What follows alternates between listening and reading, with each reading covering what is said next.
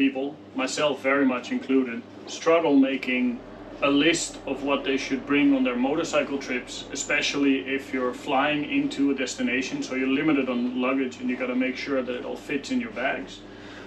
Making it more difficult if you go to different destinations with very different climates, because you got to pack for both in one suitcase. In my case, I'm going to do a trip in Mongolia, and directly from Mongolia I'm flying into Scotland to do another tour there. So I have to pack for both trips in one suitcase. And because I struggle doing this, I thought, let's make a list, let's see. I'll show you what I'm gonna bring, and hopefully it might be helpful to anybody else that struggles with the same thing. So let's get going.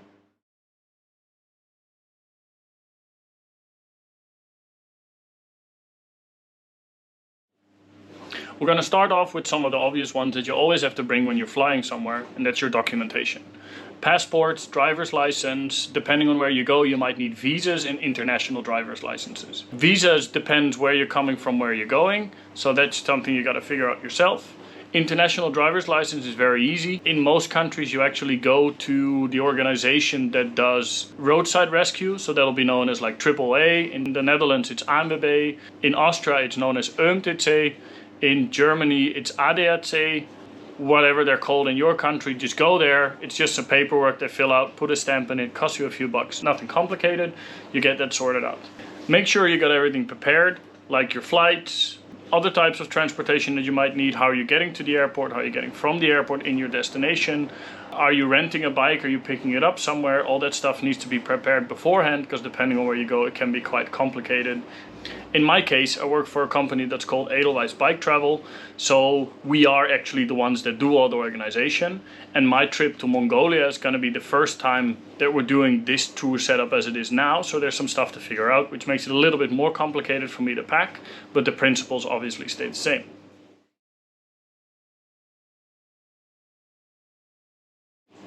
Moving on from all the documentation, we need to obviously bring our riding gear. Bringing motorcycle gear can be a little bit tricky because it's heavy and often bulky, so it's a little bit difficult to bring with you. For instance, your helmet is very big, a lot of volume, and you don't really want to put it into the luggage bag that you put inside the hull of the airplane, because if somebody throws it around, it may break your helmet. So you got to bring this one as your hand luggage. I usually put my helmet inside this bag. It easily fits my helmet. I can put stuff in there like my gloves, some electronics, whatever I want to bring. And it gives me a nice compartment extra at the bottom where I can put some other stuff like more electronics, gloves, or whatever I want to bring.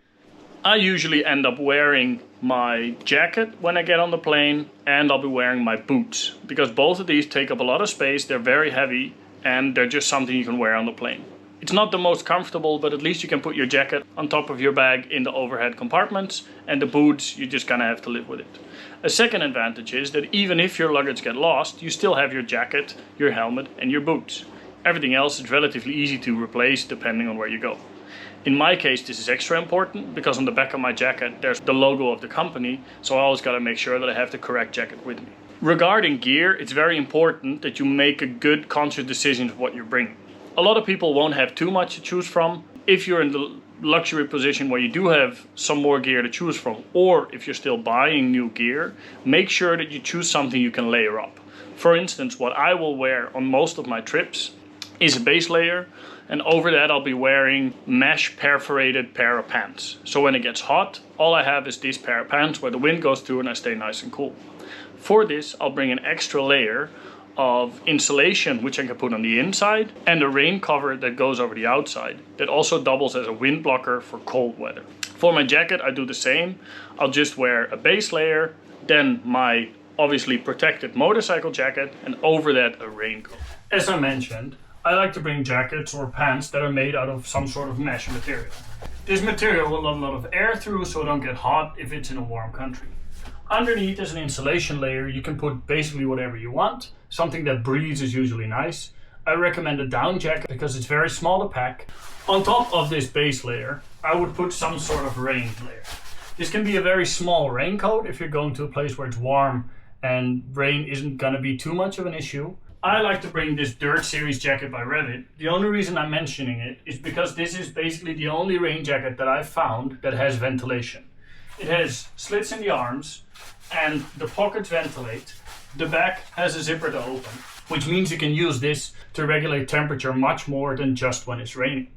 Normal rain jackets get very hot very quick, and this will give you an opportunity to use it even when it gets a little bit chilly and it's just a warmer jacket. An extra advantage of this jacket is it comes with protection, so you can even use it as a single motorcycle jacket if you're commuting to work or something like that. And I usually put it over my body armor if I'm going proper off-roading for the bits that I drive on the road, and then I just take it off whenever I get into the dirt. The same principle obviously works for the pants that you're wearing. I have mesh pants, a rain layer, which actually comes from my other motorcycle pants, and these can be worn on the inside or the outside. I always recommend wearing on the outside because then your pants doesn't get wet and doesn't get heavy. And the insulation layer coming from the same motorcycle pants that I can wear on the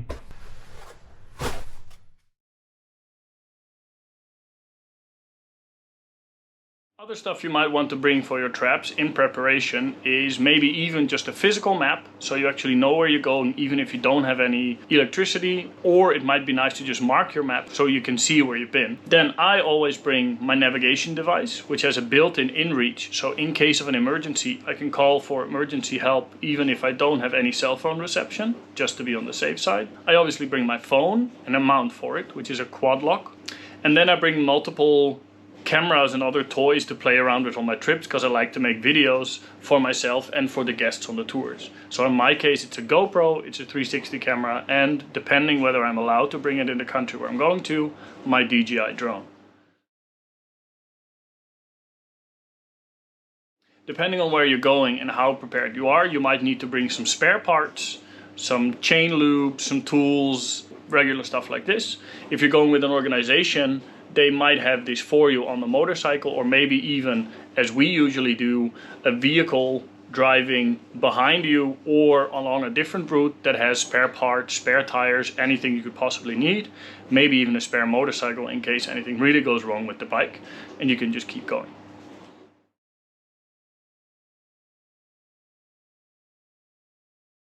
If you're going on a camping trip and you're flying in, it becomes very difficult to get everything in one bag. Do keep in mind that you're going to have to bring everything on your motorcycle as well, so bringing 2 bags on the airplane might not be the best solution. What you could do is ship it in on beforehand. If you don't need it for a while, just put it in some boxes, ship it out to the company you're renting your motorcycle from. They will keep it for you so you don't have to bring it on the airplane and do it the same way back. Maybe you're even shipping your motorcycle out, then obviously ship all the stuff that you don't need until then with the motorcycle. In some countries, it's also possible to rent a motorcycle with camping gear, also saving you the hassle of having to bring it, and maybe even saving you having to buy it if you don't usually use it on other types of trips.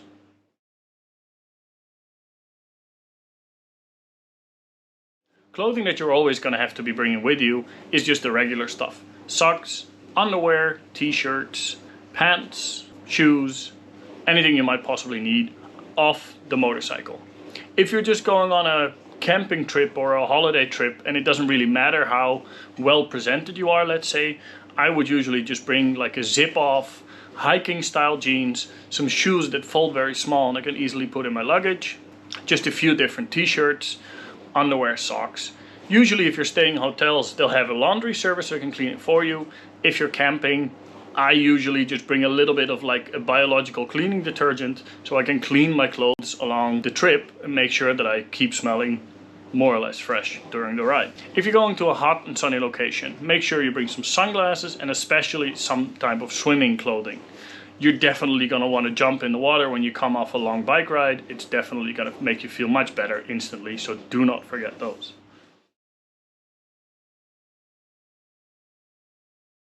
Some personal items that you might want to bring include a toothbrush, shampoo, any type of medication that you might need, a hair comb, insect repellent, sunscreen, and I would usually bring a small quick drying towel even if I'm not camping, just to have it with you on the bike, be able to clean yourself off.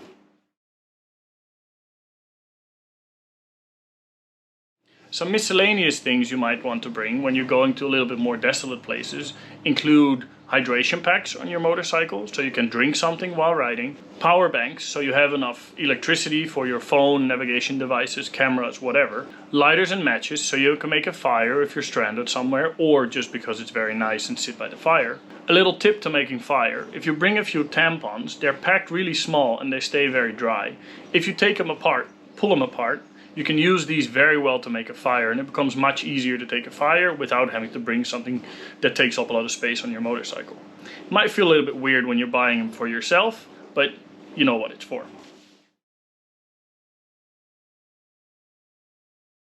Now we're going to get into some of the packing tips that I use. First of all, I use a bag where I can put my helmet in that also takes a little bit of other stuff. Regarding the gear bag or the suitcase that you're using, obviously whatever suitcase you have is going to be the best option because you don't have to buy another one. If you are looking to buy a new gear bag, there's a few different options. We're not going to go through all of them, but just a few tips to keep in mind. If money isn't an issue, look into the Ogio 8900. These bags are very robust to take a lot of gear, and they're really made for motorcycle riders. So they have a helmet compartment, which I don't recommend using for flying. It has different compartments, like a boot compartment, so you can keep the dirty stuff separate from the rest and keep all of the other stuff nice and clean. They're very durable, so they'll go for a long time. So they're a long-term investment. There's other brands that make similar bags. I have one from a brand called Q Bags, which looks very similar to the Ogio bag. It's not the same quality, but it costs about a third as much, holds the same amount of stuff, and it'll probably still last me quite a long time. Definitely longer than 1/3 the time of the Ogio bag. So this is a good alternative. If the weight of your luggage is a big issue, you can use a duffel bag where there's no frame and wheels and all sorts of stuff to make the bag heavier, so you can technically bring more stuff on your trip. These also double as a big bag you can put on the back of your motorcycle, so if you're traveling without any support vehicle or whatever, you can just bring your luggage on the back of your motorcycle, making it extra practical. Let's have a look at all the luggage that we're going to bring.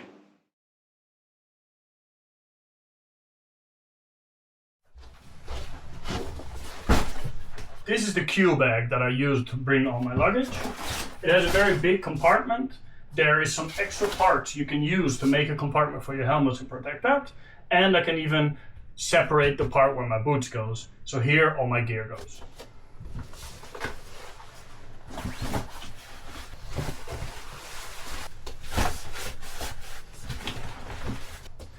As mentioned, my boots and my helmet and actually my big jacket are going to be going with me on the plane in the cabin compartment, so these can actually stay outside. Then something else I would like to show and recommend to you is getting a photographer's backpack if you're traveling with a lot of camera stuff or in general like to keep your stuff organized. These bags come with compartments, so you can separate everything with usually a zipper that opens all the way around the back for easy access. Laptop goes in there. If I'm bringing it, the iPad goes in there. Then I have my drone, the batteries, obviously the remote, and whatever other stuff I need. Spare batteries, I'll put my GoPro and my 360 in there if I'm not using it. And I still have other compartments with different accesses. So this bag is going to come with me in the cabin luggage together with my helmet. Make sure that you check whether you're allowed to bring 2 bags. I usually try and find an airline where I can, because I simply can't get everything I want to bring in my luggage because I'm not allowed to put all the cameras and the stuff that I take there, and I can't fit it just in my helmet. So I'll need both. I hope they will never weigh the bags that I'm taking into the cabin with me, because I'm sure I'm always too heavy, but so far they've never asked, so hopefully it'll stay that way. I like to put all my stuff in little pouches or packing cubes, packing bags, whatever you want to call them, so I can actually separate my luggage and have easy access to what I need. This one contains all of mounts and camera stuff that's all belong to that. So this will hold my GPS. This is the charger for my phone, so I can charge it wirelessly even when it's raining. Battery chargers for the GoPros, whatever. Everything that's sort of related to electronics goes into this little pouch. Then I have these pouches in different sizes, so I can use them for different things. T-shirts take up a lot of space, they go in a bigger one. Socks, underwear, they go in a smaller one, and I have it all separate. Obviously, for the stinky laundry, I have a separate one that isn't perforated, so hopefully the smell stays inside there a little bit more. One thing that I would always recommend when you're packing t-shirts or even pairs of pants, not just fold them up, but roll them afterwards so they take up a little less space. And then you can put them in. Obviously there's more stuff to bring, like socks and stuff, but I think you know what socks look like and how to put them in a bag. I will put the list of everything I'm bringing in the video and in the description, so you can have a look there at everything and then adapt it to whatever your needs are. I just wanted to show you how I organize my stuff to bring it with me. I hope this might be helpful for you to get a little bit more organized in what to bring and how to pack it. I know it helped me to get this system, because before that I would just crack everything in a bag, could never find anything and always forgot something. Thank you for watching. If you have any tips on packing or want to let me know something that I may have forgotten or you think I could do better, please let me know in the description. If you liked the video, please like, subscribe and follow along with my trips. As mentioned, this stuff is all going to Mongolia and to Scotland, and I will make some videos about those trips. I hope you enjoy those and hope to see you there.